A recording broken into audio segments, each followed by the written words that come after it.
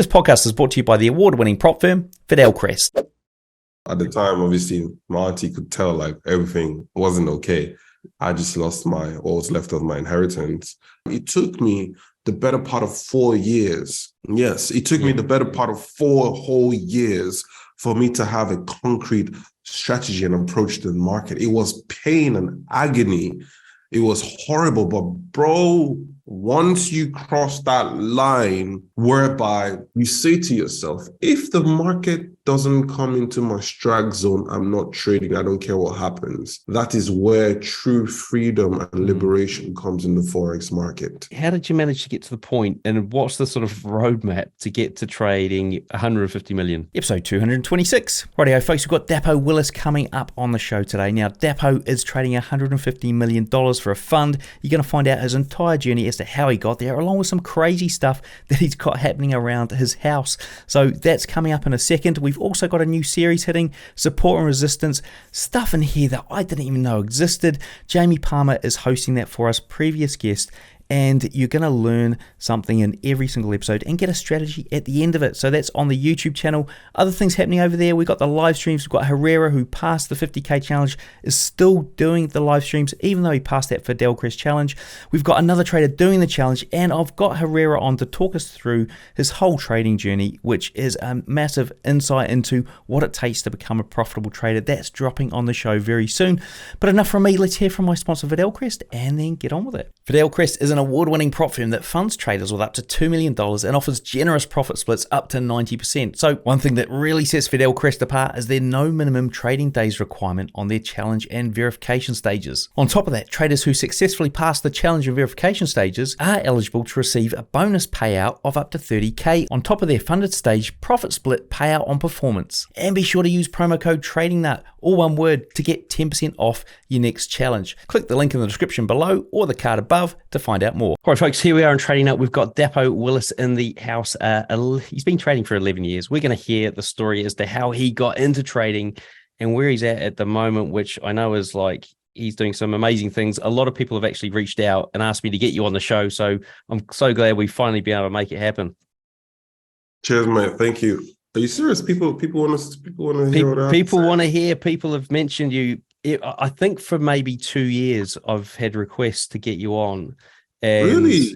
Yep. And I know we sort of started this process about 6 months ago. So glad that we managed to make it work and finally get you here. Do you want to start off by, yeah, there you go. Do you want to start off by telling us your journey into trading, which I suppose you've been doing this for a long time. So a lot of people who know you now may not even know it. So how did it all start? So born in West Africa, Nigeria. Obviously my parents are Nigerian. I mean, it's not exactly the best place to be born in, if you ask me, on the scale of 1 to 10. So when you're born in a part of the world, your quest for success is on another level, right? And then obviously born there, had a fairly decent life. My grandparents were very comfortable, quite comfortable actually. But I mean, when you're one of the very few privileged ones and you can look around and everybody's doing so great, kind of like helps you put things into perspective, like you're lucky, you're fortunate. And for the fact that you're fortunate, you're privileged. I mean, you're privileged, you have to do something about your privilege. If not, you're going to wake up one day and it's going to be gone.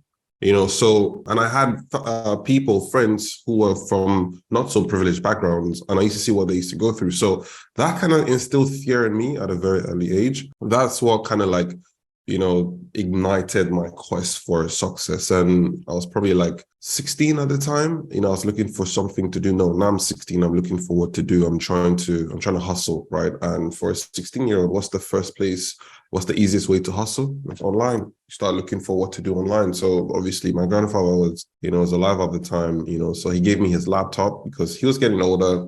He got people giving him laptops and all that, souvenirs. It was a pretty big shot, right? So I just took him like, yeah, you can have it. He used to call me the body. The body. The body. My grandfather used to call me the body. Like, I'm like, Daddy, I want you a laptop. I'm like, yeah, take. So we got internet in the house. And so that's what pretty much kicked off my online journey. And then at the age of 16, obviously he had passed away at this time, fortunately. I was watching a movie, so I sat in the living room. I was watching Wall Street Money Never Sleeps, and then I think it was released it was shot in 2000. It was a movie about the 2000. Wall Street Money Never Sleeps. It was a movie about It was by Michael Douglas. Yeah. Wall Street. Yeah, I didn't know the catchline to it. Yeah. Not the one in 1984. The Right. one that was shot in just after the financial crisis in 2008. So this came out in 2010. Yeah. So I didn't watch it till 2011. So I'm watching this thing and I'm seeing this guy. He's got a nice apartment in Manhattan. He has a beautiful girlfriend. He drives a fantastic BMW bike. And in the movie, this guy just got a bonus check for 1.5 million US dollars. I'm thinking to myself, yo, I need to be on what this guy's on. Do you know what I mean? Like I need to. So I'm watching the movie. It's called BlackBerry. This is 2011. Yeah. Blackberries are the thing. You know what I'm saying? Like he's doing emails and I'm thinking, wow, this times I'm using a Nokia. Whoa. So I sit, so I sit up, right? I'm like, oh, yo, so I'm watching, like, what exactly is this guy up to? What's he doing? And I find out that he's a stockbroker. Okay. He's an investment banker, actually. But obviously stockbroking and stuff like that. So I watched the movie. I'm excited. Like, I want to make money. He was 26 at the time. I'm like 26 making this kind of money. I'm just 17. So you're trying to tell me in 10 years from now, I can be getting this kind of checks. So I'm like, okay, cool. You know what's going to happen? What stockbroking? I remember I used to watch the news. Can I carry on? Hope I'm not boring you. Yeah, no, this is good. This is interesting. So I remember I used to watch the news with my mom. So my mom she's an economics major, right? So I used to watch the news with my mom, not with my mom, but I used to ask my mom, what's my granddad? She's watching TV in the television in the living room. And the ticker tape that just goes across the news screen, right? Yeah. So I used to ask them, I asked my grandmother, like, Mom, because I call her mom as well. Like, what does that mean? She's like, ask your mom. I sent your mom to school to study economics. She should know this shit. She didn't know. She's like, go ask your mom. So I went to go ask my mom, and my mom was like, it's been a while. I left uni. I don't know what that means. I was like, all right, cool. So obviously this was a while ago. Then at that point, I saw it again. I'm like, okay, so I guess now is the time to figure it out. So I started asking questions. Luckily for me, I got a pretty intelligent auntie who was in the house at the time. I'm not trying to say my mom is less intelligent, but she was just more in tune with what was happening in the business world, right? Yeah. So I just spoke to her about it. She was like, yeah, that. So I'm in Nigeria at the time. She was like, yo, check the back of the newspaper. They publish the share prices from the Nigerian stock market every single day. Like, it's literally published at the back, the updated closing price. I'm like, really? She's like, yes. I was like, okay, cool. So I'm like, so what does this mean? What does this ticker tape mean? So she was like, oh, this appreciated by this percent today. So let's say it's 10. So she pretty much explained to me what it was.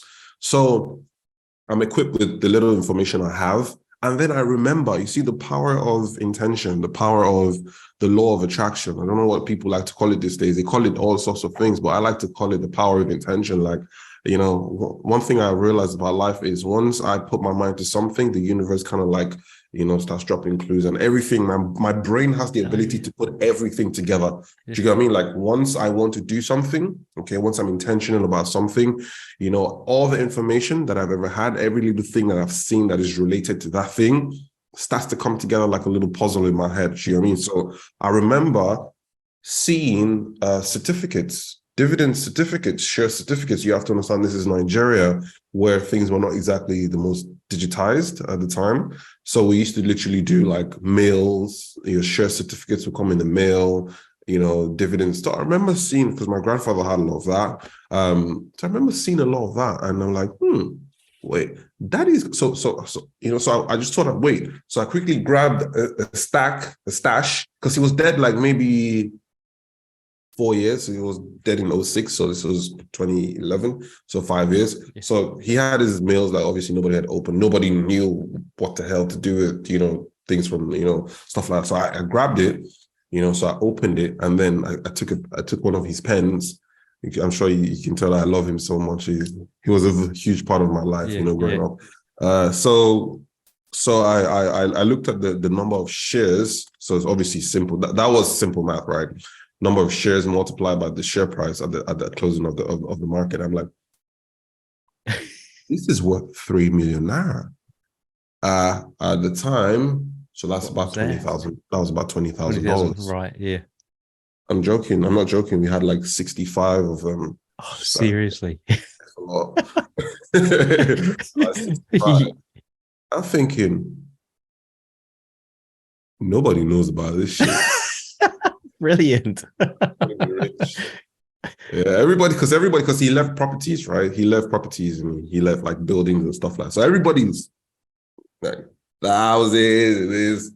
They forgot to check the papers on the ground. You know what I'm saying? So long story short, but it's in his name. Do you know what I'm saying? But I remember my mom always calling me first or maybe like 10th of January every year to tell me, oh, your dividends just came from Zenith Bank and I'm going to pay into your kiddies account because I wasn't 18 at the time. I still had a kiddies account. So like I said, the power of intention, do you know what I'm saying? The law of intention. I remember that. So for me to have dividends, I must have shares. And I remember my mom calling me one time because I was in high school. Oh, daddy just bought you some shares, blah, blah. I just thought it was one of those things. He just wanted to buy me something. I had shares. I had something, you know what I'm saying? Like, so I'm like, okay, cool. All right, let's take it bit by bit. Okay, so then, I got the bug in me now. I start watching Bloomberg. So I remember there was some channels at the end because Bloomberg is right next to CNN and BBC, which I never go to because that's for old people, right? But I remember flicking through the channels. Maybe I'm trying to look for CNN, and then I overshoot CNN to Bloomberg. Finance all day. No. So I'll dial back to CNN and then to watch some music, MTV and stuff like that. So I remember there was a channel that all they spoke about was finance, right? So we got CNBC and we got Bloomberg, right? So I check on CNBC. When I watch CNBC and Bloomberg, Bloomberg, the quality from Bloomberg is a lot sharper. And they have, at the time, they were more pretty ladies. Because at the time, on Bloomberg International, you had people like Trish Reagan, Scarlett Fu, Betty Lou. These are people from way back, pretty chicks, you know what I'm saying? And some really corporate looking guys that look like they got money. So I'm like, this is the channel I want to watch. So right. I kid you know, and I knew nothing about what they were talking about, right? Absolutely nothing. But I just used to watch it. So that's what gave me my preliminary knowledge, preliminary information, whatever it is you want to call it. But that was what gave me the background into trading and finance. I just used to watch Bloomberg all day, right. And then I just used to watch Bloomberg, and I knew nothing about what they were talking about. But the more you watch it, you start watching IPOs, earnings. So like earnings came out this, and then you see like the entire Wall Street will come to a complete halt once it was earnings season until the numbers came out, and then NFP, and then so this is where I started to pick up little bits and pieces about markets. Right.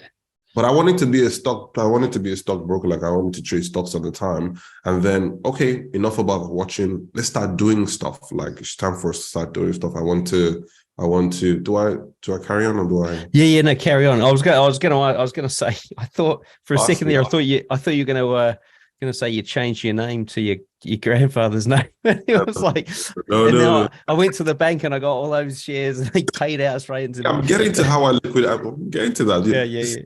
Part. So, all right, folks, I'm here at Black Bull Markets headquarters in Auckland, New Zealand. You can see this amazing view behind me of Auckland Harbour. Now, talking about views, if you do want to get free TradingView Pro, then all you need to do is trade one lot a month at Black Bull Markets, and they're going to give you free TradingView Pro. So, folks, to find out more, click the link in the description below or the card above. So, I wanted to obviously start trading. So, I'm like, okay. Obviously, you get the demo app on your phone, you get the bug in you understand what buy is. But I saw something like short mean. So I click buy, click short. I didn't know what that meant. So obviously start Googling stuff. And one day I'm like, you know what, to hell with this. I'm going to try to open a stockbroking account. I wanted to trade what I saw on TV, which was Apple, Amazon, Exxon, Boeing, Stuff like that. That's exactly what I want to trade. But I mean, when you go on TD Ameritrade, and then you try to, or interactive brokers, and then you try to open, and then you scroll down to your region, and Nigeria isn't exactly listed there. You're like, oh my goodness. Yeah. You get what I mean? So that was what pretty much broke my heart about stock trade. That's exactly why and how I never stock traded until one day I was on Twitter, and one guy was tweeting about the markets, and one guy was like, hi, I trade too. I was like, yeah. I'm like, how do you trade? Like, I've been trying to trade. Like, he trades something called Forex. I'm like, okay, you trade something called Forex. What? I'm like, because I used to see the Forex quotes on the ticker tape across. I couldn't read it. I didn't understand what you meant by Euro USD up or down. Like, that didn't make it. Like, it's two different instruments, two different currencies, two different prices against. It's just it was confusing. So like, that Forex thing, I'm not really interested in that, man. I just want to trade stocks. It was like, yeah, Forex is actually a lot easier to trade. He convinced me to go on board of Forex, and he said, you know what? Create an account with a Forex broker. You can also trade stocks as well. I'm like, you're joking. So I actually opened my first Forex trading account to trade CFDs. I didn't actually open it to trade Forex. So dial back, then I discovered my own share certificate that had my name on it. It took me like, I kid you not, I discovered it in January. So because he wasn't alive, I was trying to liquidate it. I wasn't 18. You see the power of intention. So I was trying to sell it off, and they were like, yeah, you need to put your signature.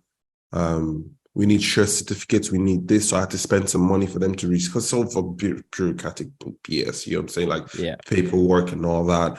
And then it's time for me to sign off for it to get sold. And they're like, they need the signature on it. I'm like, yo, this guy's dead.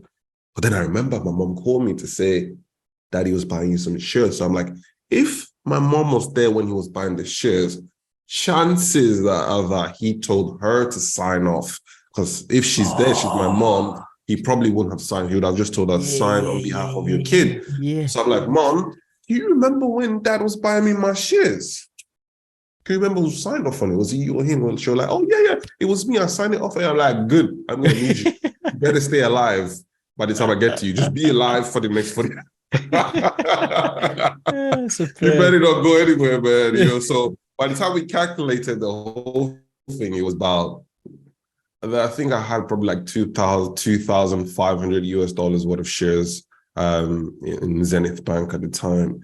So my mom went to the office and signed it off. So I flew from one city to another city, which was Lagos.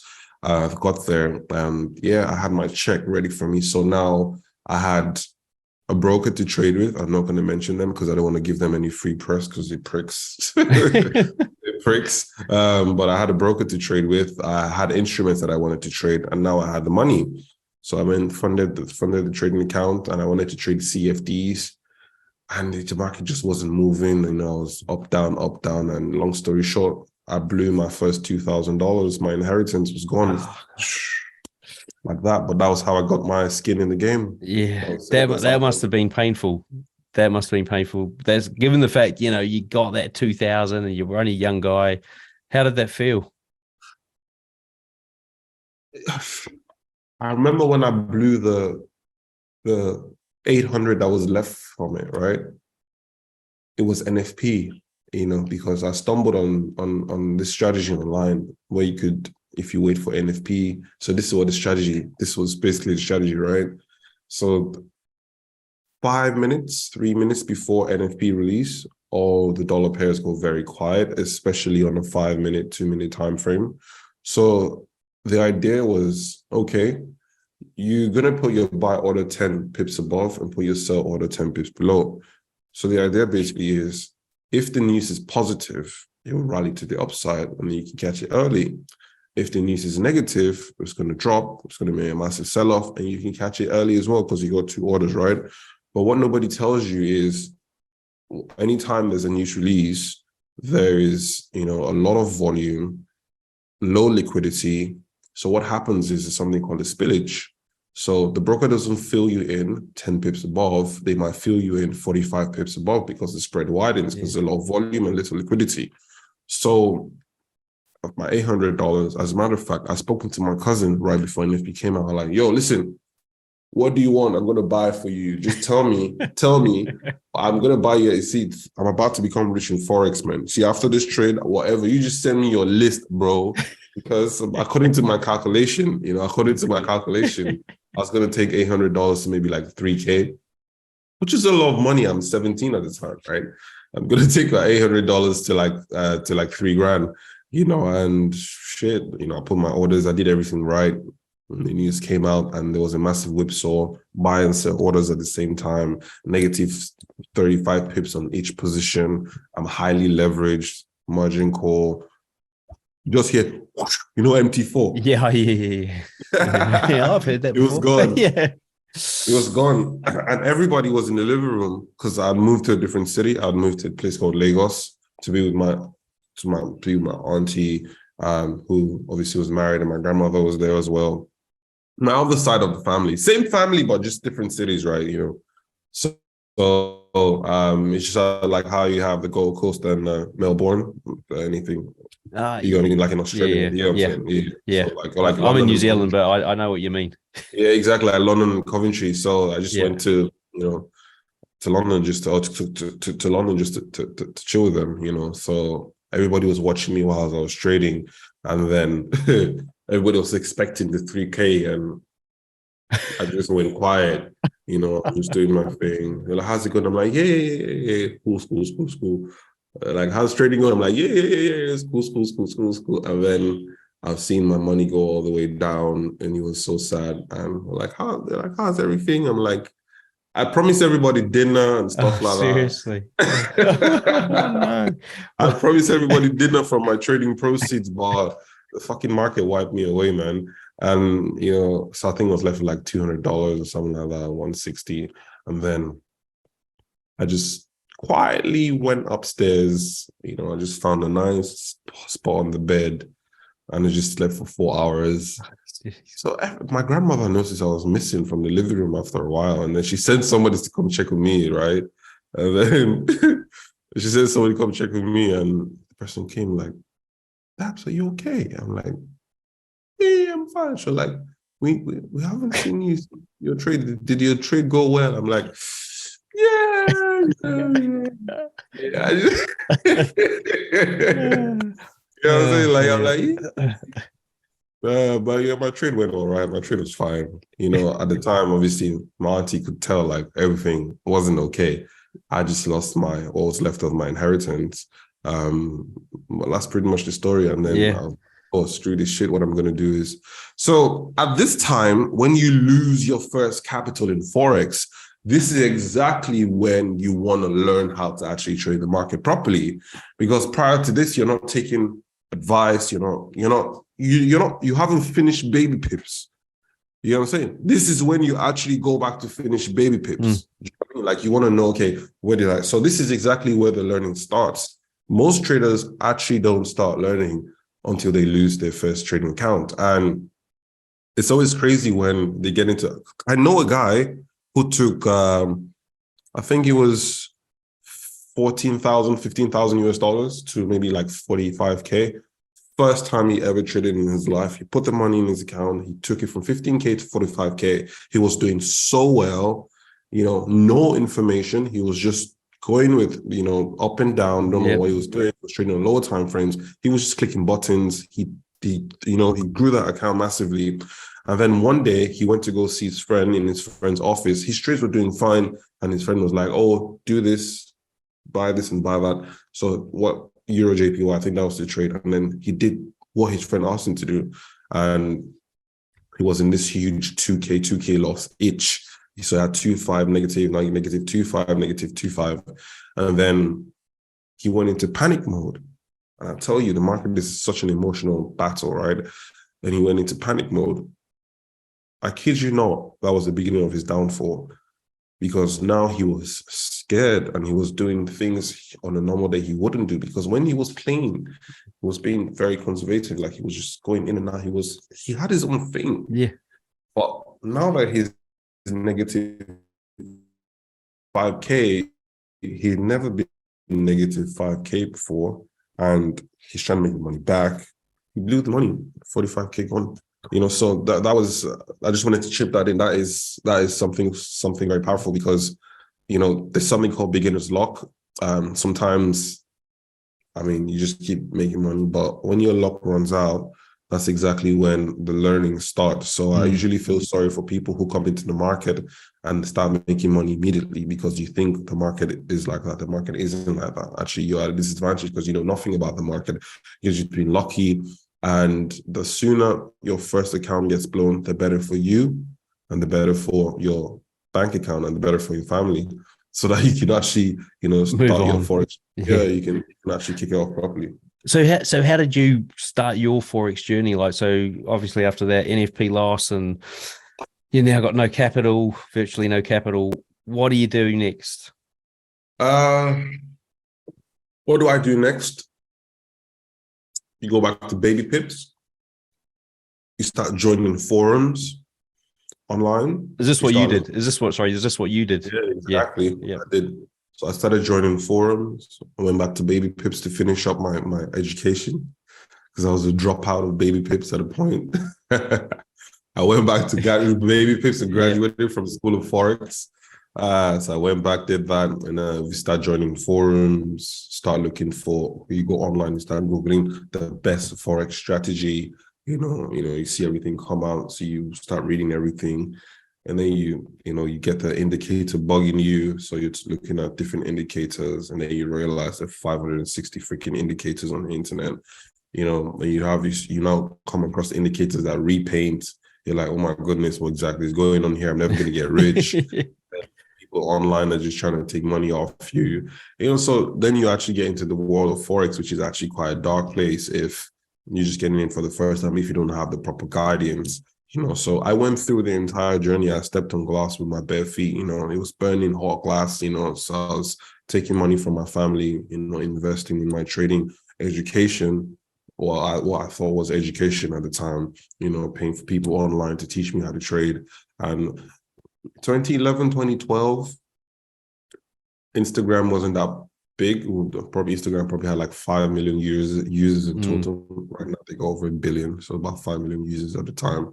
Instagram wasn't that big, but there was a group of Instagram traders called RCFX at the time. Some Malaysian boys, they were posting fancy cars, and stuff like that. Now I know exactly what they were doing, but then, the screenshots, man, they were killing me, man. I'm telling you, these boys are taking out 15K. I'm seeing massive wins, 5K, 3K, and I'm just like, what are they doing? My God, what are they doing? They must be doing something differently. Yeah. I'm still in Nigeria at the time. What are these guys doing? I'm like, if I can just, at a point I was this close to just packing my shit and just running away to Malaysia. I just wanted to run off to Malaysia, I just wanted to go trade with the big boys. You know what I mean? So, yeah, I didn't know that they have this thing called, what IML is right now? IML, yeah. It's like a multi-level marketing kind of thing, yeah? Yeah, multi-level marketing thing whereby, it's obviously the investment vehicle is Forex. Yeah. They have this Signal group as well. And they had all these people who claim to be gurus and stuff like that. But at the end of the day, when you own the MT4 backend, you can manipulate the trading quotes and all that. I didn't know that at the time. I've done, 12, 13 years, so from 2011 till now. How many years have I done? 12 years in the game now. I've worked with brokerage firms. I'm neck deep in the industry. I'm literally, I'm a little industry within the industry. So I know how the entire game works now. But at the time, it was bad, the screenshots, and I was so depressed, but I kept on pushing in all of this. If you're listening to this, I know I've said a lot of, sad stuff, but bro, you have to keep pushing, because as with anything in life, it's never easy. And I keep hearing people say, the success rate in Forex is just 10%. The same thing with anything in life you want to make money from. You want to open a coffee shop, only 10% of coffee shops are successful. You want to open a freaking restaurant, only 10% of restaurants are successful. You want to do anything in life, only 10%. So you have to ask yourself, the people who are successful at this shit you want to do, what exactly are they doing different? What exactly is the 10% doing different? And I think that was the paradigm shift, but I'm going to allow you to ask me what the paradigm shift was. Yeah. Before I Well, tell so you. just reminded me. You just reminded me. Last night I watched a video. You know, Mr. Beast, the YouTuber. Yeah, I don't know. I had his channel on. It was yesterday, and he had a video that he'd scheduled 5 years ago to launch. I think it must have been 2020, or I don't know. I scrolled down his feed. Anyway, long story short, it was him with 8,000 subscribers saying, I just pray that when this video gets released, because he's scheduling it for 5 years in advance, that I've got like 1 million subscribers, and he's just sitting there sort of, you know, picking his nose and stuff, and just complete crappy video gets released. And I mean, he might have had over 100 million subscribers at that point. It just goes to show that it's this sort of stuff can happen, right? Just Power crazy stuff. Exactly. It is indeed, isn't it? It is. Yeah, the power of intention is powerful. I think we need to title this The Power of Intention. Tired of missing trades or spending hours at the charts? Introducing my Robot Builders Club. With our platform, you can build bots in minutes, not weeks, without any coding required. Get lifetime access to my video course, VIP community, and over 40 ready-made robots. Works with MT4 or MT5, and as a bonus, you'll get 3 months access to my robot lab, where we build and test bots on live calls every week. Join the hundreds of traders who are trading smarter, not harder. Click the link in the description to learn more, get the free training, and download a free robot. That's a good title, yeah. So what were you saying? Oh, sorry, before I cut you off there. So, I forgot what I was saying. The paradigm shift. So you kick off the game not knowing anything about anything. You hear about Forex, you get the bug in you. So that's the first aspect. And then the second aspect is where you're aware that you don't know shit. Okay? So it's 3 stages in Forex. Second aspect is where you're aware you don't know shit. And this is exactly where your brain is like a sponge now, and you start learning everything you can put your hands on, you know, your trend. So this is where you start learning and testing. So speed is everything in the game. Speed is everything in the game. You want to learn, you want to fail, fail fast and fail forward. You want to learn, you want to test, you want to fail fast, and you want to fail forward. So that's exactly what I was doing. I was failing forward. Every time I failed, I learned what not to do. And this is why when I get on the charts, I'm correct 9 out of 10 times. If you watch my YouTube videos, I have a segment of my YouTube channel called Trader Talk. If you're listening to this, Dapo Willis on YouTube, check it out. Don't look for where I'm posting my G-Wagon, Mercedes-Benz. No. Go to the technical stuff. Listen and watch exactly how I trade. I'm right 9 out of 10 times. And people ask me, well, how are you so correct? I'm so correct because I know what not to do. Do you know what I mean? Like, I know exactly what not to do, you know, because I'm like, I've seen this setup before. Gold, if you play around with gold, it will chop you to pieces. So you see gold, I don't do this until this happens. How do I know this? Because it fucking ate my money before, mate. Do you get what I mean? Pardon my French, you're gonna have to freeze that out, but you get the point.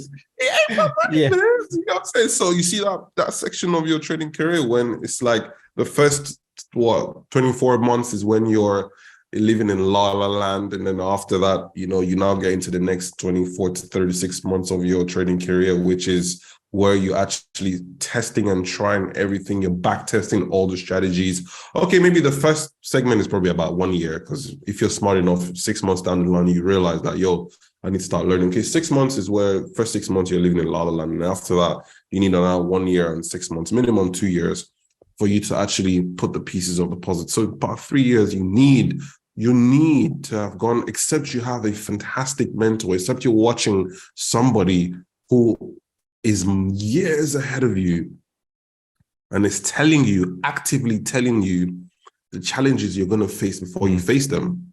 This is what I wish I had. I wish I had somebody like me who would tell me, when you go and trade today, when you see this and this happens, expect XYZ to happen. And when you hit your stop loss, this is exactly how you're going to feel. Somebody it makes a world of a difference, right? Yeah. This is what I keep telling you. Exactly. Yeah. So when somebody loses money from doing XYZ, I already know when somebody's, for example, somebody might be arguing with me now about, I can open somebody's chart and once I see the time frames and the amount of indicators, I know this guy is not going to make it. Or if a toy is going to make it, it's not going to make it right now. He needs time. This guy needs another 24 months to actually get out of this freaking cycle is in. But if I say to the guy like, yo, what you're doing is wrong, he's not going to listen to me. Do you get what I'm saying? Like, he's going to be like, yeah, blah, blah, blah. So I wish I had somebody like me who could see what I was doing wrong and just tell me at the time. It took me the better part of 4 years.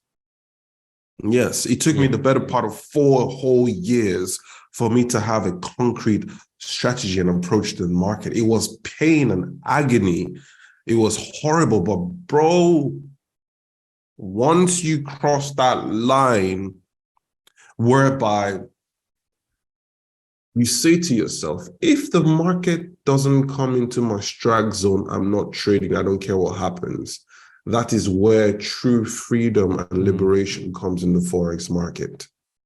When you know your stuff to the sense that you trust it and you say, I don't care what this market does. I don't care what anybody's saying. I don't care what any signal group is saying. Once, dude, I manage $150 million. That's how much I have on the asset under management as we speak. Do you get what I mean? It's absolutely rewarding. I fly private most of the time now, just to tell you that it's light at the end of the tunnel. But you see, before you get there, you're going to have to go through all that shit. Or you can find a mentor who's going to literally help you. And I know a lot of people are cashing in on traders who obviously are vulnerable, but you're going to have to do your homework, right? Anybody who's promising you a life-changing experience within the next 6 to 12 weeks is most likely just out there for your money. I'll tell you for free, because the market is all about patterns, right? And you have to have seen a significant amount of patterns form in the market for you to be able to have a holistic understanding of the market. So at 12 years now, I've seen at least 4 to 5 different market cycles. Do you know what I mean? I've been here when the Swiss National Bank, some bullshit happened overnight. The Swiss pairs just crashed. Whether they spiked or crashed, I can't remember. I just knew there was huge spikes in the market. Yeah, and they pulled the pin on it. Exactly. Yeah. I was there when Alpari went bust the next day. Yeah, same. Exactly. You know what I mean? Like, I still got £8 with them, I think. I never claimed. IronFX refused to process my withdrawals at the time. I was there when, fucking 2014, when the US dollar quantitative easing, when the US dollar was just trending and the euro dollar was just falling, and all you needed to do was just wait for pullbacks and just click sell, and boom, you wake up the next day, you're on massive profit. So I've seen, and then I've seen where the market is trending, and you think the market is going to keep trending, and then you don't realize the market is about to go into a range for a bit, because after every massive move, there must be a consolidation, and then a consolidation, probably a reversal. So you just think the market is going to keep falling, and all you do is just keep selling, because you think all you do and need to do is sell, and then you end up giving away all your gains, because the market is not. You don't understand that the market goes from trend to a rate. So these are things you need to know, bro. You know what I mean? These are things you just need to know. They can't. You can't buy it except you have somebody like me or you who's going to tell them. Yo, listen. Do you think there's like a sort of case for? I mean, based on what you're saying, a case for having to know almost everything about the market to really be like at the point where I can now successfully navigate it. Yeah, or do you think people can just go, oh, this is my strategy, this is the little box I'm in, I just wait for that one little thing to happen, and then I get in, and then I get out, and I never touch it ever again, and I ignore everything else? No, because you need to understand there's something I call the flow of the river, right? So this is how I like to trade, okay? Just some education, because we've just been talking a bit vaguely. Let's get into the charts, right? This is exactly how I like to trade. So I like to do what they call a top-down approach. So it's called a top-down analysis, right? So ideally, which I feel most people should be doing, but I'm not trying to impose anything. If you want to trade $150 million, it's better for you to listen to what I have to say. I'm just saying to the viewers out there, if you want to be flying private and all that kind of stuff, you best believe you have to listen to. I've been doing this 12 years. But that's, by the way, this is how I like to trade, okay? I go on a higher time frame, and I go on a higher time frame for a reason. You see, the higher time frame pretty much paints the bigger picture of what's going to happen on the lower time frame. Now, how do I know this? And people always ask me, higher time frame, slow, are you trading there? I don't trade on higher time frames. I go on there to analyze. Now, the reason I analyze on a higher time frame is, you see, during the second quadrant of my trading journey, obviously during the learning process, when I got rid of the indicators and I started to use pure technical analysis,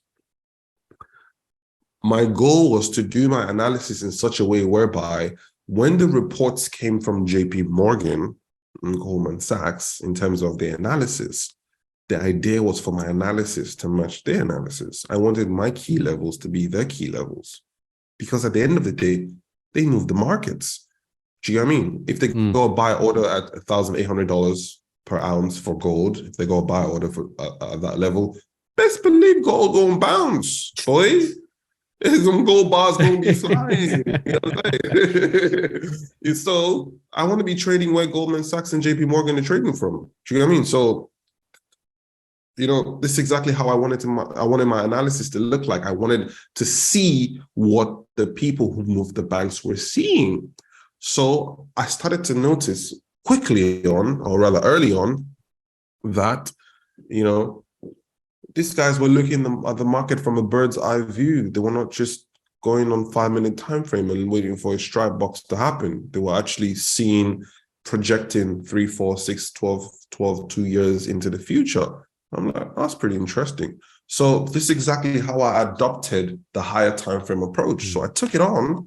I'm like, this actually makes a lot of sense. So first of all, the very first thing I do when I open the chart, I predicted the 5,000 pip rise of gold. Yes, in 10 minutes. I do crazy stuff. If you check my YouTube channel, it's the Dapo Willis. You go on there, you listen to my trader talk. My projections are crazy. And you find out that I'm right 9 out of 10 times. When you go watch it, you'll be like, I get what this guy is talking about. And right now, it might not make sense, but just go watch it. Because on a higher time frame, I'm able to see, so AUD USD is going to pop 2,000 pips from the top, 1,000 pips to the ground, because I can see it from a higher time frame perspective. All I need to do then, I just need to scroll to a lower time frame, look for a decent entry. There your strike box comes into play. But now I'm only looking for a sell strike box. So once I get a sell strike box for a small stop loss, 30, 50 pip, lower time frame entry, now I've literally jumped into a trade with a small stop loss of 50 pips, which represents 3% of my account. But now I'm holding on for 1K drop. So I take my lower time frame trade and then I flow into the bigger picture, and then I start managing my trade from a higher time frame perspective. Do you get what I mean? Yeah. I was able to. Yeah. So this is so it's not just about, and then another thing about the higher time frame, this is why I'm trying to say that it's not just about one little strike box, is you can have your strike boxes happen and still keep losing money. Because if your strike box gives you a sell or buy order under the premise that, it's built around a trending strategy. Gold has been ranging for 19 months now. So if you don't know this, and the only way you can tell that gold is ranging right now is if you check on a monthly or weekly time frame, right?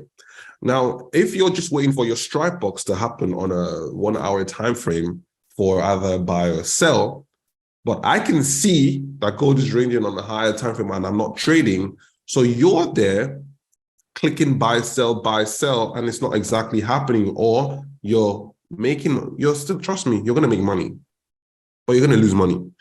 Make money, lose money, make money, lose money, make money, lose money. This happens when the market is ranging, right? But I can see it, so I don't trade it.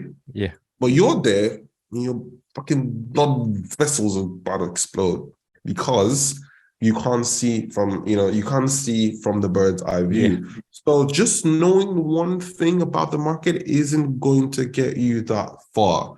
You need to have a holistic understanding. It's called understanding the action of price movement.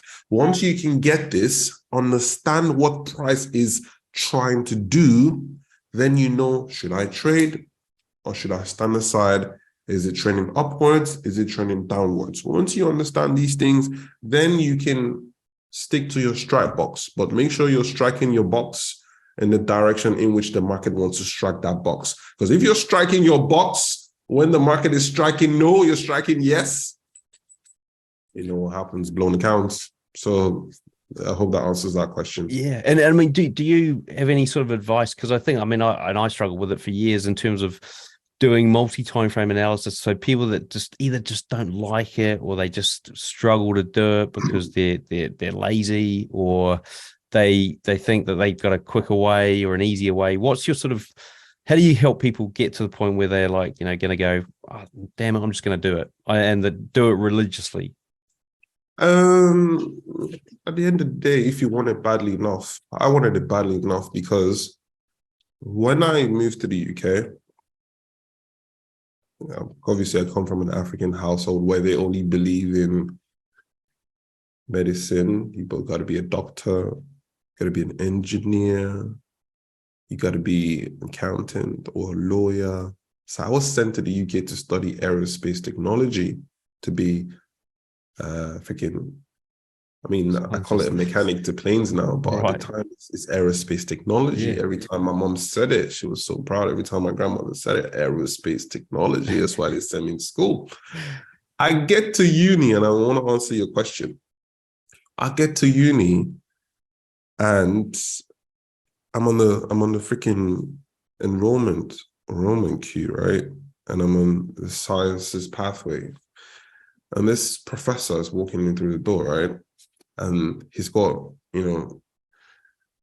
a bunch of test tubes. I don't know if you did chemistry in high school. Yeah. You Yeah. did chemistry? Yeah. This guy's got titration tubes. The PTSD that kicked in once I heard those things, said, I can't do this for another 4 years. There's no way. right there on the day of enrollment, I jumped the queue. I went to the queue for business and humanities pathway. Right. And I'm like, I'm going to go study business management. And that's exactly what I studied.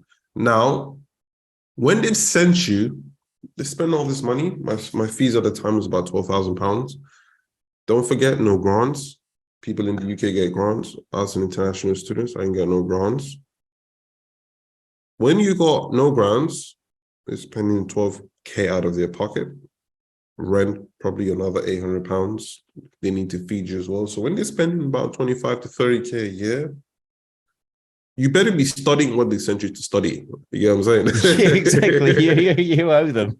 Yeah, you better be studying what they asked you to study. But I wasn't studying what they asked me to study. So I was between the devil and the deep blue sea. So boy, you got to learn how to swim. So to answer your question, if you say that the only way to succeed in Forex is by doing a higher time frame analysis, then I am going to do it. It all boils down to how badly does the individual want it. You have to ask yourself, this question people need to keep asking themselves. The people who are succeeding, what are they doing differently? You see, trading is boring. When you do trading right, it's not fun. People want to sit in front of their screen Monday to Friday clicking buttons because that's what they watch on TV. Yeah. Trading isn't going to replace your 9 to 5. It's not. If you want it, because it's an investment vehicle. The more buttons you click, the more the house is going to win.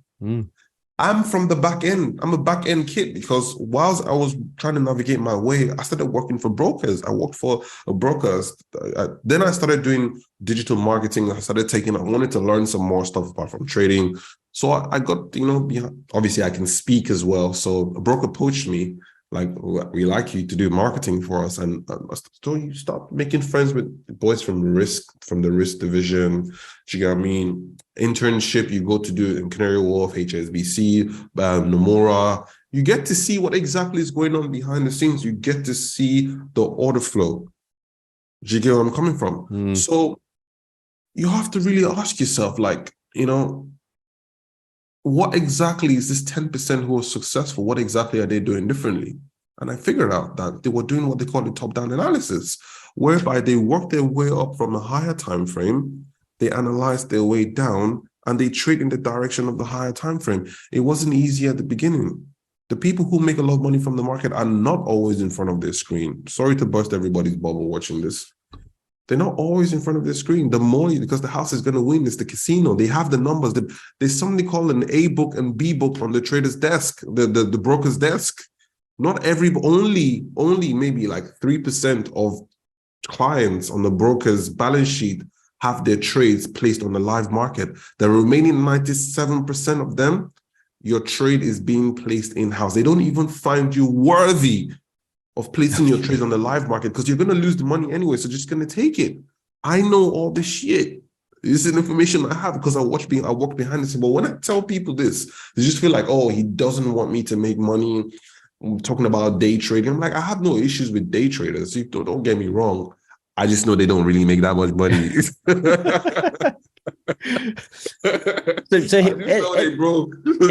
At the broker firm, how did you sort of get privy to the whole top-down analysis thing at that time? Okay, so I didn't. Obviously, first of all, the brokers don't even know how to trade. The owner of the brokerage firm that you used to trade right now doesn't even know how to trade.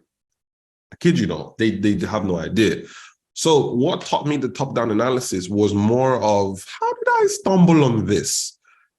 So it was, when you've done your homework, right? You have to at some point sit down and just put everything together. Do you get what I mean? Because now you understand your entries. You've been able to refine your entries. You're doing everything right, but still you're losing money. So you're trying to understand, like, why does the market reject at certain points? To summarize it, bro, it's experience. That's it. When you've seen it happen a lot of times and you check back and like, oh, right, everything now starts to make sense to you. And when I go on my YouTube channel to obviously, to do my analysis, I can just spot the BS from a mile away. I'm just like, yo, if this market doesn't do what I want it to do, I'm not going to trade this bad boy, so this comes from experience. I'm sorry, guys. When you lose one of the trades out of 10, right? So you said you win 9 out of 10. So when you lose the one trade, I think my last losing trade was in, if I can remember correctly, the one before this last one was in, was it August? Not this August, the August before that. 21. August 21. So, wow. So most of last year, I had winning trades. But I think last year I had a losing trade. Something happened. I had a lose. I remember I've had a losing, but I can't really remember that. I'm going to have to check. Okay. My question around the losing trade was, are you able to work out why you lost the trade? i.e., are you sort of the person that goes in and goes, okay, like that trade lost. What did I do wrong? Did I miss something out? Or is it just, I'm never going to win them all because I don't, because that's just the way it works sometimes. That's a very, very, very, give me a second. I need to dial, because this rarely happens. I need to dial back to exactly how I feel when I lose my trades and what exactly I do after that. It sounds like it was a while ago, so yes. I'm not surprised that you just I don't know. I had the trade that really pissed me off that I lost. I remember it. It was AUD USD. It was AUD USD. Most of the time, my losses come from getting in a bit too early. So when I'm on a roll, do you get what I mean? I'm on a roll.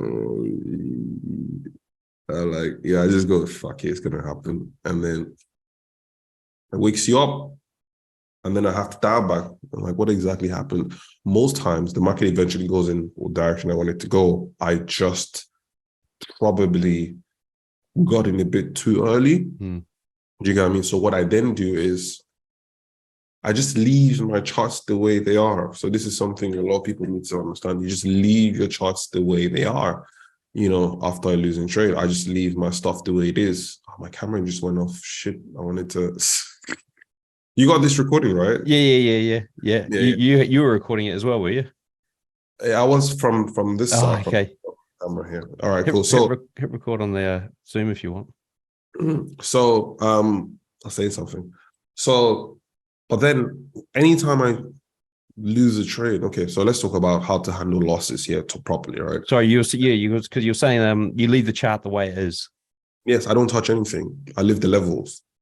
So because I'm trying to understand, why did I lose that? Was it because of market manipulation? What exactly just happened? Now, when you leave your levels and you don't touch it, you just remove, if it's too cluttered, just take out maybe some lines you probably drawn like this. The key levels, just leave them.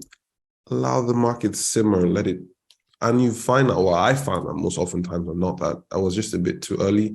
The market just wanted to test some technical areas. It needed sometimes the market needs to go fulfill some zones. There's nothing you can do about it. So you let it fulfill. Once it's done fulfilling and it's about to come back again, now you're like, okay, are you ready now? You look like you're ready now.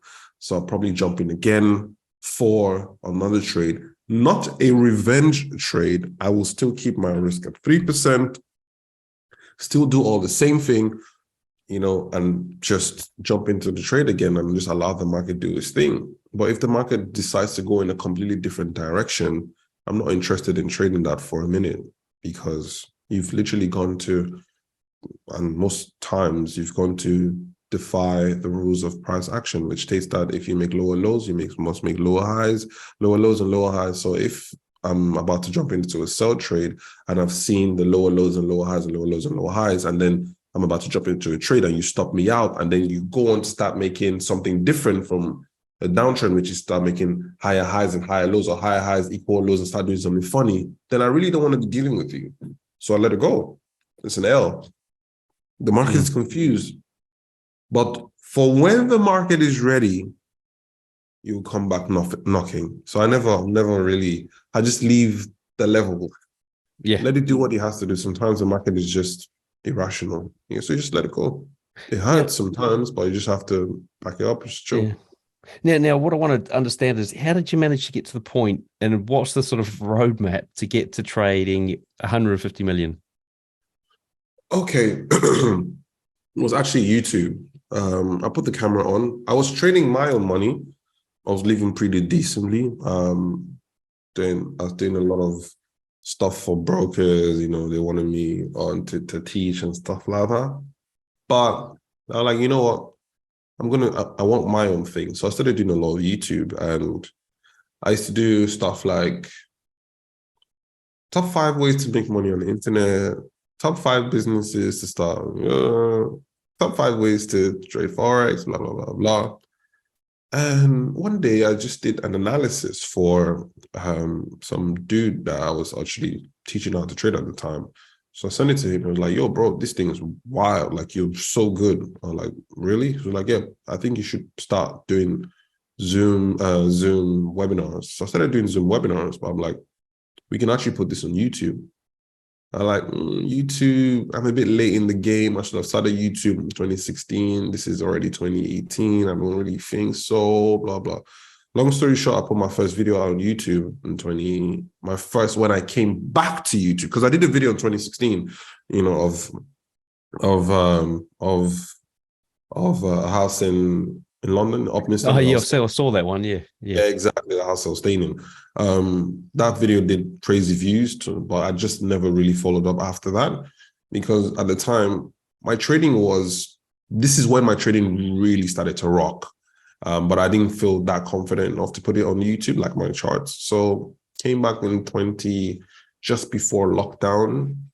This is when I actually started taking YouTube very seriously. So I started putting all my analysis and stuff on there, and people literally used to come watch it and make a lot of money from it.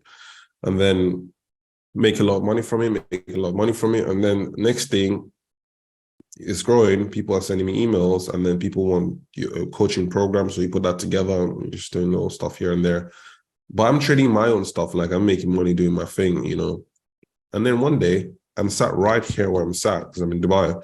I'm sat right here, and then I get an email. Some some fund, you know. Okay, cool. Like, we've seen your videos, we like your work, we like what you do. You seem to actually be, because I'm very, very, when it comes to trading, I'm very, very, not proud, but I make bold claims because I know I can match my claim. Because when you've had the market whack you for so long, when you know something, you know something. Do you know what I mean? Indicators don't work. Day traders are broke. I know this for a fact because I was once in there. There's nothing you can tell me, you get what I'm saying? And I boldly, like, I make very bold claims, you know what I'm saying? Like, I'm right 9 out of 10 times. Check it out. Because I know. I'm like, we like your confidence and stuff like that. And before you know, I'm getting an email. They want to fly me out to Qatar. And I'm like, all right, cool. So I'm sat here waiting for my ticket to come, my ticket itinerary to come, reference code. Doesn't come. Instead, I get a call from JetX. It's a private jet broker. I'm like, Mr. Willis, we have a plane for you tomorrow. When would you like to leave? I'm like, what do you mean you got a plane for me? I'm like, yeah, got a plane for you. Dude, I show up at the airport, man. My turtleneck, you know I'm a London boy, man. Turtleneck, shit like that. I'm decked up, man. I'm like, private jet too.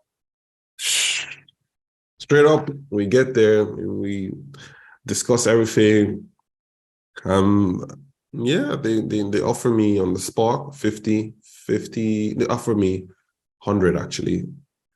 I say 15, 100. They're like 15. All right, cool, let's go for 50. So it's actually the 50 we've grown to this point. So this was in 2021 November, end of November, I think, was end of November.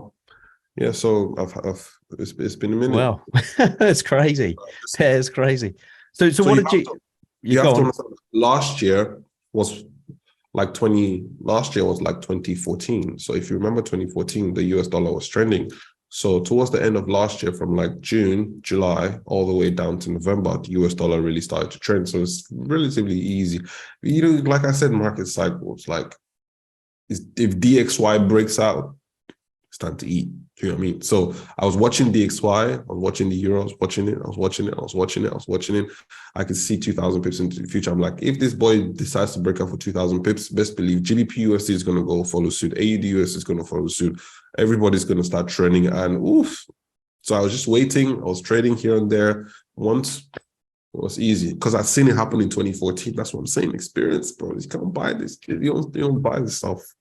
And how do you get around the larger account size and putting on large positions and stuff? Were there any sort of difficulties in that or changes that you had to make?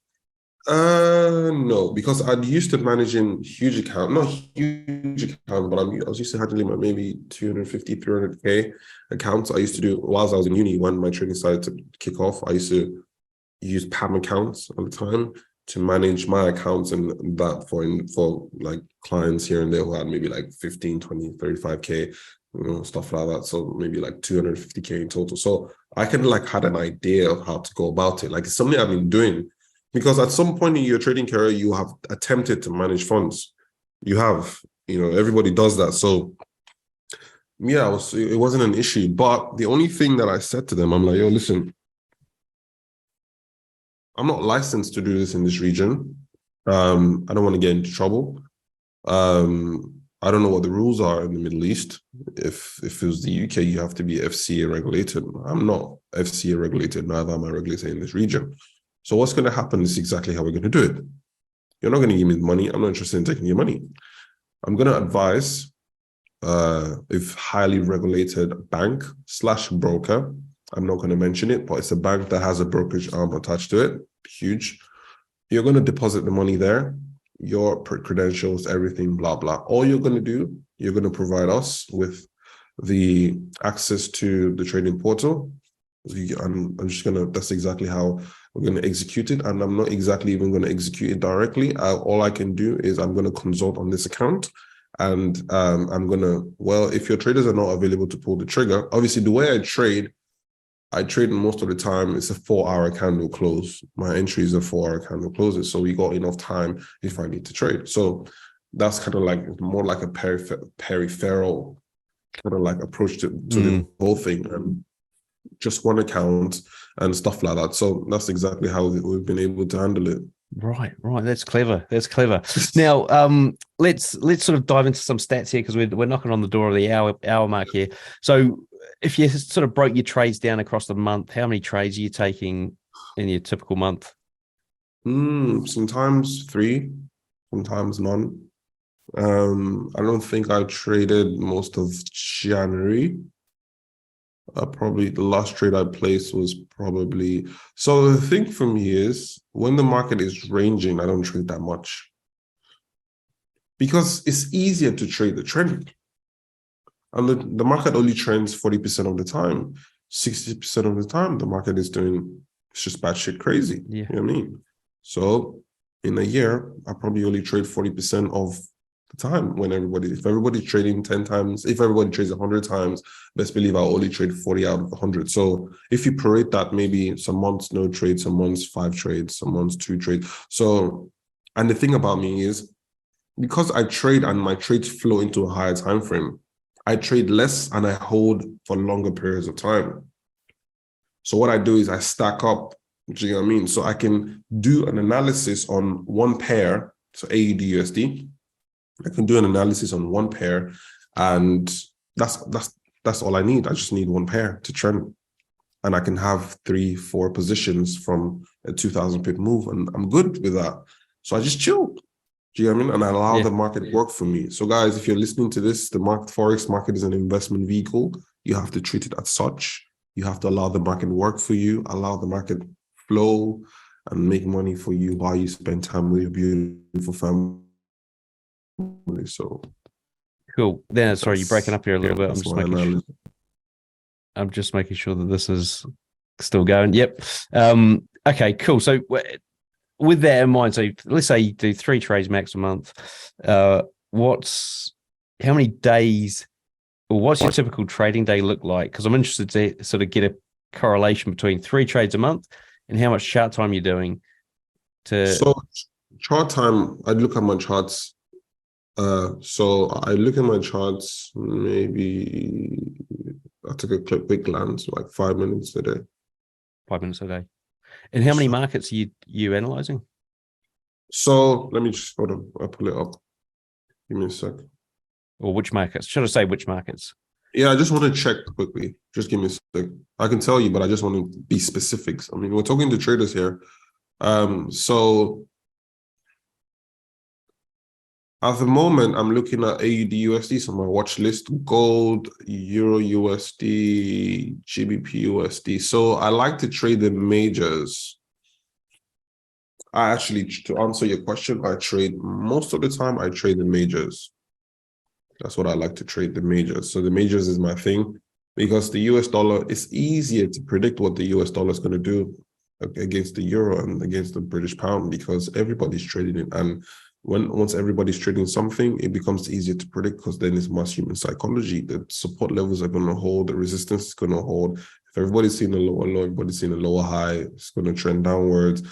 So it's a lot easier to trade. So you stick to the... So I'm not here to pretend like I'm the best trader in the world. I'm here to take my 150 million to $500 million. That's what I'm trying to do. I'm not trying to, pretend like I'm the best trader in the world, which I think I am at the moment. Just saying. I'm joking. I'm not here to pretend like, I'm not trying to be so sophisticated. I'm just trying to make money. So I'm going to look for the easiest way in the market, the most realistically, approachably, easiest, if that makes any way, the most realistic way to do it in the easiest format possible. So, I mean, that's pretty much it. I stick to the majors. However, with my approach, I can analyze anything: SPX, AUD, USD, gold, oil. So there's something I did that actually blew their mind. Oil prices. So this is when the guys, the fund knew, this guy is the real deal. So I predicted oil prices to go from $65 a barrel all the way to 110. I'm going to look for the video and send it to you. I think this was around December 2021. This is when I think I just came back, signed the deal. So I put a little report for oil prices for them, and they traded it. They made about $85 million buying. Really? Slow. and oil did go to 110. And I saw it, like I just did the projection, like in 10 minutes, I was done with the analysis, you know. So I don't know, man. I don't know that kind of stuff. Well, actually, a friend of mine just at the gym the other day, he's like, "Oh, I want to buy Tesla," and I mean, I don't look at Tesla, and he goes, "It's hit 100." I said, "Oh, well," I said, "Do you want me to have a look at the chart for you?" He goes, "All right then." So I looked at the chart about 20 seconds, and I'm like, "Nah, you probably want to get in at 60." And he's like, "Really?" Anyway, I saw him the other day, and he goes, It's up to 190. You've screwed me over, and I had. Oh, let me look at the chart. Well, it's now down to 75 again. 175. It's on its way down, mate. It's on a downtrend. It's actually so spot on. It's on the freaking down. It's going to come down to 100. Actually, that's the next level of support. I'm just looking at it right now. Yeah. So anyway, it was interesting to. I mean, I've done it a couple of times with Bitcoin as well. Was the other one, but it's interesting when you know. Now, what about? Let's dive into some of these sort of more specific questions here. What about your risk to reward? I was actually interested in finding out. Like, so when you're entering these trades on a lower time frame with these massive higher time frame targets, I mean, what kind of risk to reward? Do you even believe in it? So what I do is, I trade in 3 segments, right? So the very first trade, because of the fact that my setups are probably going to be on a 4-hour time frame, my risk to reward on my first trade might probably be pushing maybe 4-1, 3.5, 4-1 on one trade. Now, I do that because I'm trying to put a wide stop loss. Now, this is if I'm unable to find a very, very juicy setup on a lower time frame. So what I do is I allow, I just put a decent amount of stop loss, and then 3.5 to 1, 4-1. So I do this because this is my first trade. So I'm just trying to get into the flow because I've done my analysis. I'm not God. I can't say what's going to happen next. So I have to be careful. At the end of the day, I can be right 9 out of 10 times. But you see me, I'm always extremely careful. And that's actually why I'm right 9 out of 10 times, because I turn down a lot of trades. So wide stop loss, get my skin in the game. Once the market starts moving in my direction, I then start to adjust. So I move my stop losses past break even, lock in the gains.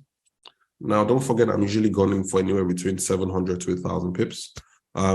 During this process of the market trying to make its way down to 1,000 pips or down to the nearest major zone, which is far away, if you scale to a lower time frame, you start to see that this market is making its way down. The market the market moves in waves, push down consolidation. So within those waves, I then look for more trading opportunities, and this is exactly how I start to stack. Now, because of the fact that I'm already profitable on the first trade, then I can get into another trade. But this time, because of the fact that I'm trading on a lower time frame, the stop loss is a bit smaller. So I'm looking at maybe a 50 pip stop loss, but the market still has maybe another 750 pip drop to the downside. Do you know what I mean? So now you're talking, this is where you get into the 10-1 region, 11-1 region. So you have the first maybe about 3 trades like that, 2 trades like that. So by the time you prorate it, you're doing a decent. If AUD USD is about a trading 1,000 pips, I'll probably milk. If I use a 3% risk, I'll probably take 3%. I'll probably take that account from where it is to a good 40% return on investment on one single move, risking just 3%. Yeah. And so that 3% is broken over those multiple positions that you. No. So the first trade is 3%. So each trade, so I do what they call transfer of risk. So I'll give you an example. So 2 lots, I'm selling 2 lots. The market goes in my favor, right? I lock in my 2 lots. You know what I'm saying? Like I move, how you empty for, just take it down. Just take it down. Yeah. Good. Although when you're trading for an investment the platform is a bit different. So you have to literally chaos. There's no dragging. There's no dragging, bro. There's no dragging. Good. Yeah. So, so long story short, so you move it. Now, as the market is making its way lower, you've you're risk-free on the first trade. So you can then do what they call transfer of risk. So you can now take another trade, 3% risk. Do you know what I'm saying? But this time it's not going to be 2 lots, because the first trade, 2 lots because the stop loss was wide. This time around, the stop loss is closer. So you're looking at probably 6 lots. So, but still within the 3% risk. So you've gotten into this trade. Do you know what I'm saying?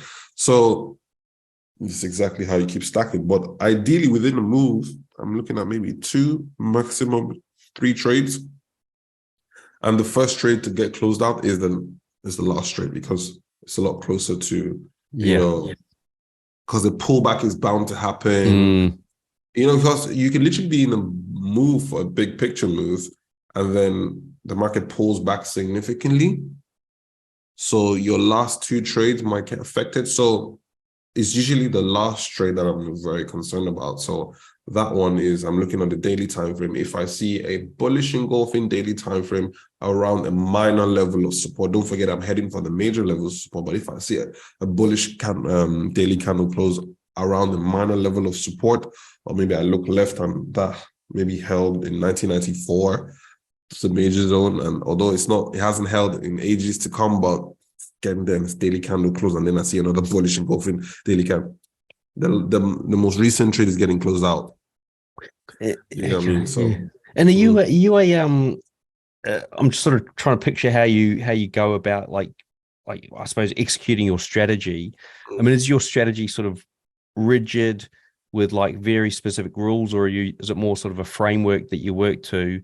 And the other question is, are you sort of like a candle by candle kind of trader where you would analyze, you know, the week's close, I'm just going to have a look at that weekly candle, decide on XYZ, or that daily's close? How do you so for me, framework your strategy? What happens is the market is basically patterns. You know what I mean? And the market moves in waves. So I look at consolidation moves on lower time frames, and then as the market is about to start falling again, that's why I like to jump into the trade to catch the train. So this is my analogy, right? So in the UK, right, when I used to go from Coventry to London, okay? Oh, no. When I used to go from, let's just take it from Birmingham to London, right? Before you get to London, you have to go through Coventry. So it's Birmingham, Coventry, Rugby, Milton Keynes, then London, right? But on the Virgin trains, it's actually Birmingham, Coventry, London. Forget about Rugby. I mean, those are the guys, right? So it's one stop there.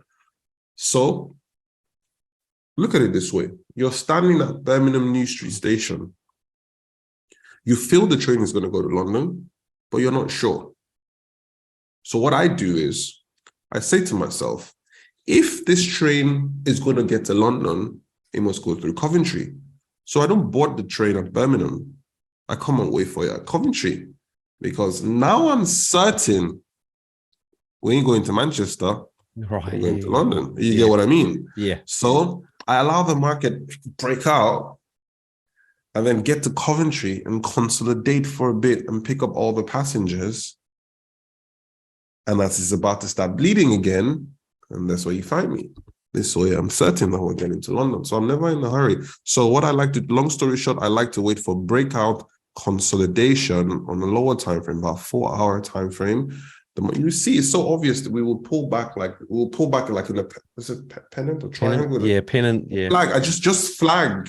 Simple as the flag. A breakout breakout flag. I'm going with the next leg. That's it. Yep. Drop base and you're in the base and you're down with the. It's as simple as it's as basic as that.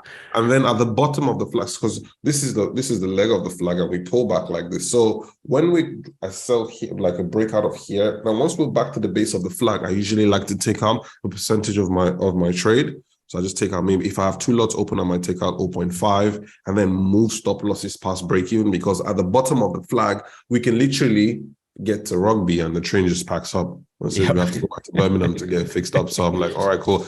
And I have to jump out. So I come out, I pull some of my stuff at Rugby. If we do stop at Rugby, I'm like, let me take this. You don't want to be homeless at Rugby, You get what I mean? So just in case we have to go back to Birmingham. So but then if I like, oh, we're moving. I'm like, all right, cool. At least let's go. I mean, we're actually going Yeah. to London. So that's pretty much it's simple and straightforward. It doesn't have to be Yeah. complicated. It was a great analogy. Now, I'll ask this question. We'll dive into the quick fire round here. So what about from a trader's mindset point of view? Do you have any things you teach your students or the guys you mentor, or tricks or hacks that you've got around mindset and getting your mindset in the right space? So before, if I got $10,000 to trade with, I need to make sure my bills are paid off. I need to make sure I'm eating. I literally like to always have cash around me. I need to have a sense of abundance when I'm trading, because what that does for me is it helps me be patient.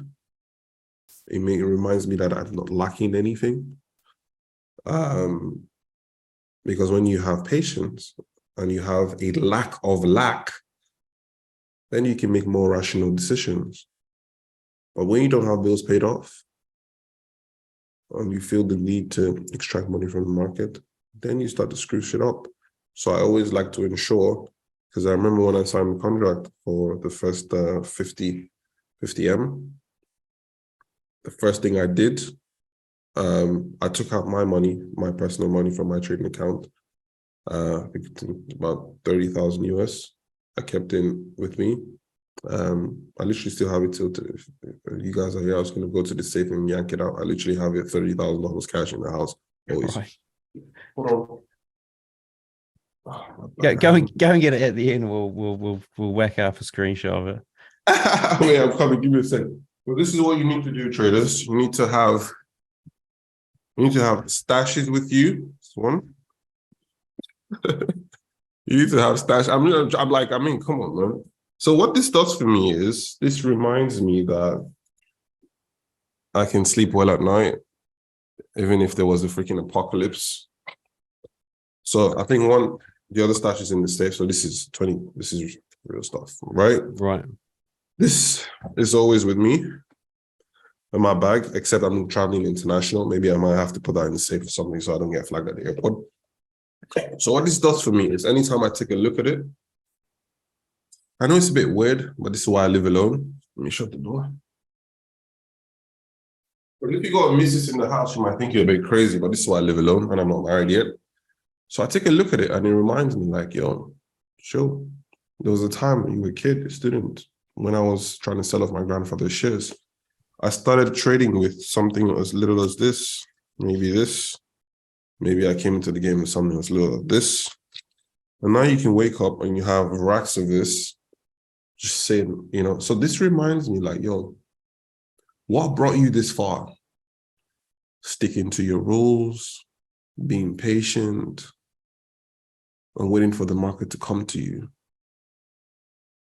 This represents that to me, and it just reminds me like, yo, if you just keep doing what you're doing, you're going to keep making a lot more of this. You know what I mean? So this keeps me grounded. It's a bit, people are going to be like, it's interesting. It's a good one. People are just going to be like, traders are just keep showing. Like, I don't like to show off money. Like, I'm not the type. Because if you check my channel, I probably have maybe like 2 or 3 lifestyle videos. I have almost 200 videos there, only 3 lifestyle videos, which is very rare for a big Forex channel. Most people, for them to grow that big, they need to have a lot of lifestyle videos. I'm not the type to always.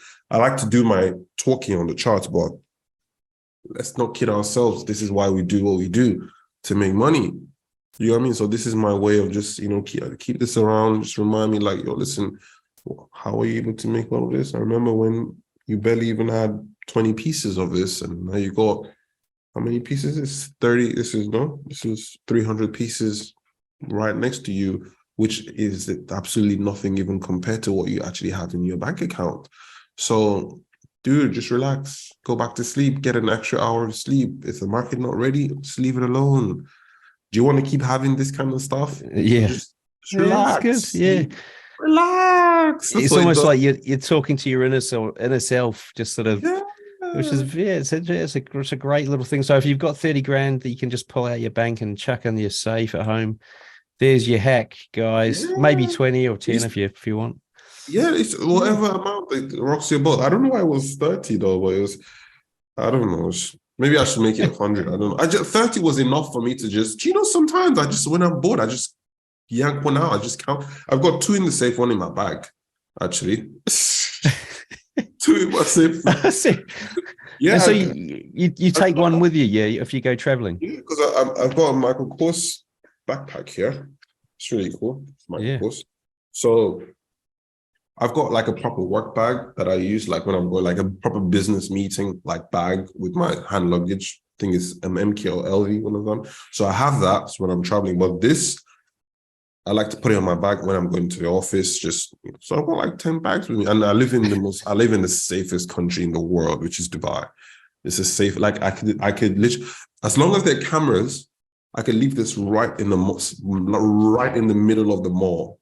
Really? And nobody would bother. They'd just be like, somebody handed in. For your own, if you want to live, if you want to spend another day alive on this planet, you dare not touch it. Oh, seriously? Really? Yeah, they're not going to say anything to you. They're not going to say anything. But the police is going to get it back for you. And that guy, he's fucked. He's dead. Right. Okay. So let's dive into some of these quick fire round questions. Won't do them all. What about do you have a recommended trading book or resource? Yeah, go watch my YouTube channel. Yeah, no, it's a good spot. Yeah. We'll put a link to that in the show notes. Now, what about do you want to walk us through your worst trade ever? Yes, of course. There was a particular time, and this is why I hardly trade multiple pairs at the same time. At best, 2 pairs. Because I see a lot of people's MT4s, and then I see I've got my housekeeper around. I need to put this away somewhere soon. Now that I need to be worried about. Okay. Because I tell you why, because they might get to the airport before you can get to the police. Oh, shit.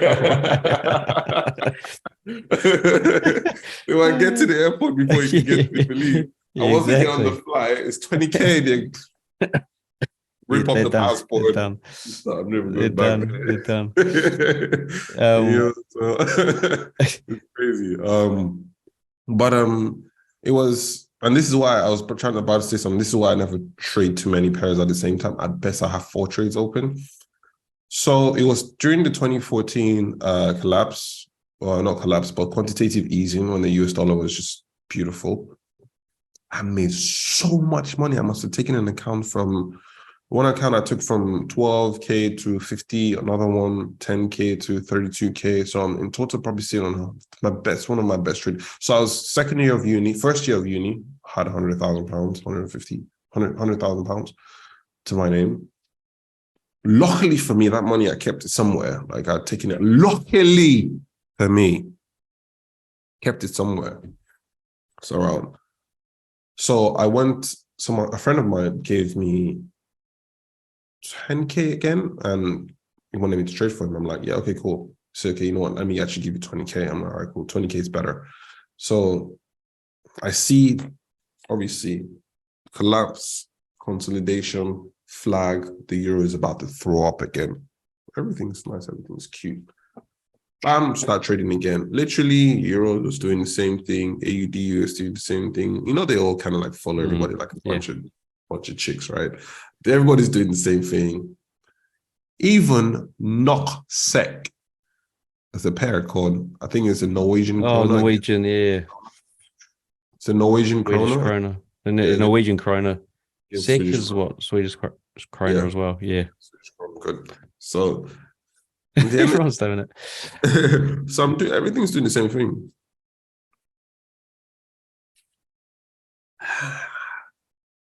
I'm watching TV, and then FOMC is going on. I'm not really paying attention to FOMC that much. You know, my trades, everything was cool. And then, is it Janet Yellen or Ben Bernanke that was the Fed chairman? I think it was Ben. Or Janet. This is when Janet just became. Yeah.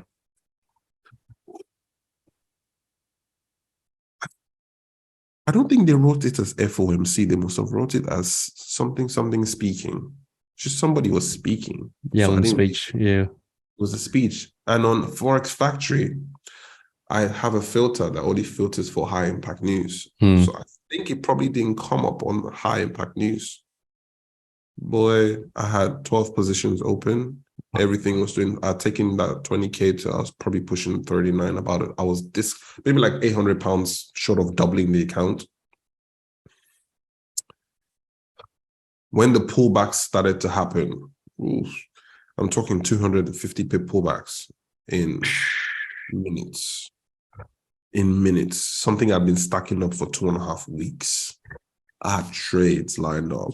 You know, by the following week we were done. I was supposed to withdraw the money. I was going to go buy a BMW 3 Series. I literally got the price and everything, you know, because about 10 bags of that money was going to be mine. And yeah, that was horrible. And what happened was I almost blew the account because you know what happened? I went into so it was at that point that I learned something that I told you earlier, that the reason I look at higher time frames is to understand what exactly is the market doing. Because after every major move, there must be a period of consolidation. That reversal led to if you go on the euro dollar chart right about now, you'll notice that. So if you go back to, you see the spike I'm talking about. If you go back to, if you go back to Tuesday, March, if you go back to Monday, March 2015, 16th of March 2015. Yeah, you see where the market starts to pour off on the 26th of February, all that move, beautiful. And then we get to a point where we're just chilling, just a little relax. The market is relaxing. We're waiting for further downside. And then on Wednesday, 18th of March, you can literally see a massive spike. Now, it doesn't look that big on a daily time frame, but at the time, this thing had erased all of my gains. And what happened was, because I didn't understand what was going on, like I hadn't experienced that kind of thing before, I didn't have that kind of data. It's like the AI, do you get what I mean? With the AI can only put out what he knows, right? I ain't taking that kind of piece of information. So I panicked and I closed out a lot of my positions, and I just added some positions, you know, further down. So I closed out I was just,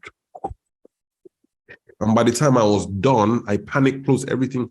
And by the time I was done, a 20K account that I had, that had probably 38K floating equity, probably down to 17.5. So if it messes with your head, because now you're like, what? 38K? That's my money. That's it. And now I'll be the first person to teach and preach to you and tell you that, yo, listen, whatever the market gives you, be grateful and take it. It's not your money. You should consider yourself, you know, grateful. You should be grateful, you know, consider yourself one of the privileged few that you're able to take some money out of the market. That's why once the market gets to the bottom of my flag, I just take out a little bit. Once we get to rugby, I'm grateful that it's trained. You're out.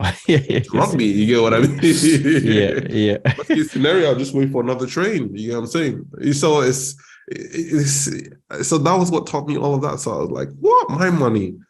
And so I took that account back down to 2K.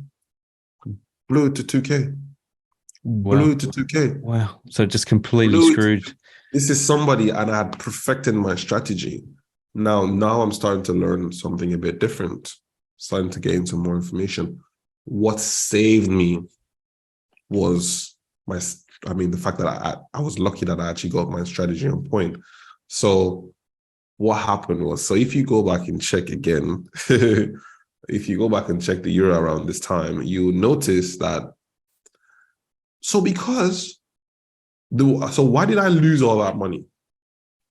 If after the spike back up, I was 17.8, because I was so used to selling. If you zoom out properly and start checking all the way back, all the way out, you zoom out properly. Yeah, it's big sales, isn't it? Just selling around this period that, you know, is all you want to do is sell. But guess what? This guy around, I just need to pull up the date, around Thursday, March 18th, the market looks like he wants to start selling again on the 19th of March, which is the next day, because you have this red bar.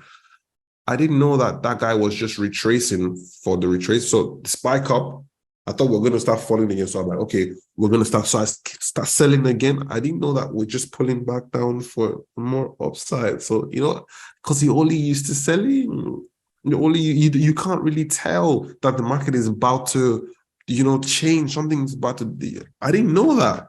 So you keep selling. And then luckily for me, so you can see red bar and then the market goes green again.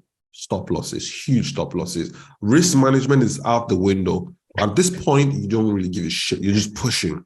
I'm telling you, everything I've spoken about today, I speak from experience. Like this thing happens. So when I have all these rules and circuit breakers, you have to understand. Like when I say the market actually dealt with me in real life. So this is why I'm extremely careful and I know exactly how to handle. So and then look, the market is about to fall again. What date is this?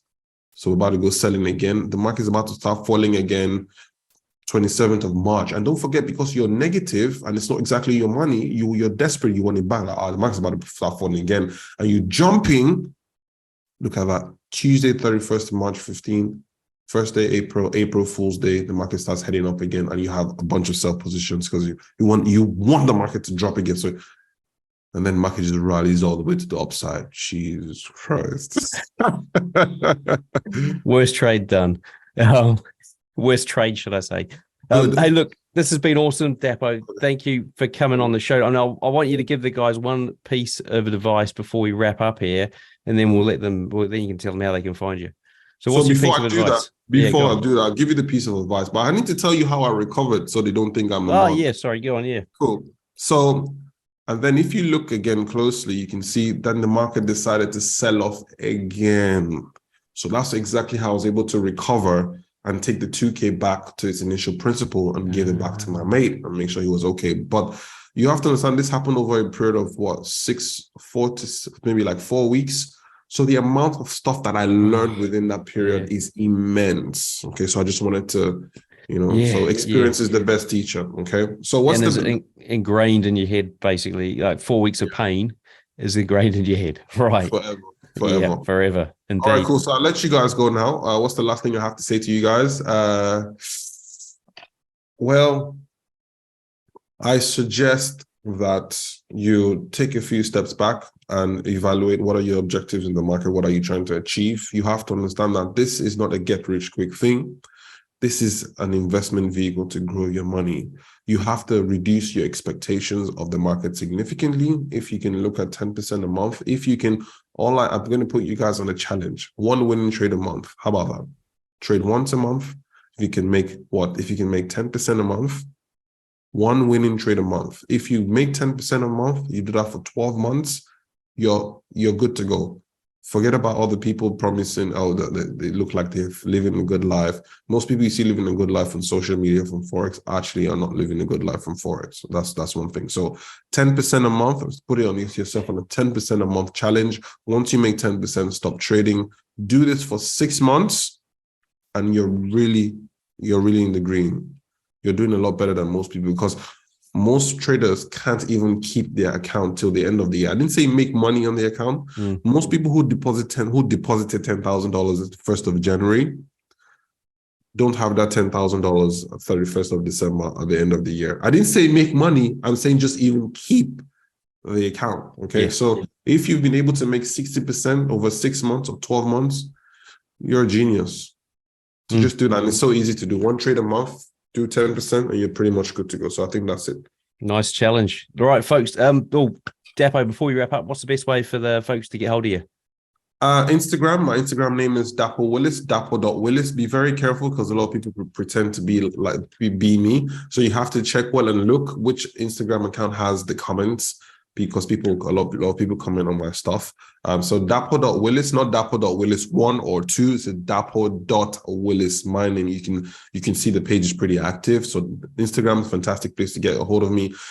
Twitter as well. My name is Dapo Willis everywhere. Dapo Willis on Twitter, Dapo Willis on Instagram. But if indeed you want to stand any chance at learning what I have to teach or learning anything, from me and stuff like that, the freest and the best way to go about this is YouTube. Go on my YouTube channel and just comb it, watch it till your eyes fall off. And I can guarantee you that you will be grateful to my dear friend Cam Hawkins for having me on this interview. This interview is going to change a lot of your subscribers and your listeners' lives. Trust me. Oh, no doubt, no doubt. Look, hey, folks, you should actually be able to see Dapo's Instagram on the screen right now. Now, a big thank you to him. So thank you, Dapo, for sharing sharing with us today. Look, everything we have discussed here, and if you do just want to click on the links, you're going to be able to find them in the show notes. Simply search for Dapo, that's DAPO, in the search box on tradingnut.com.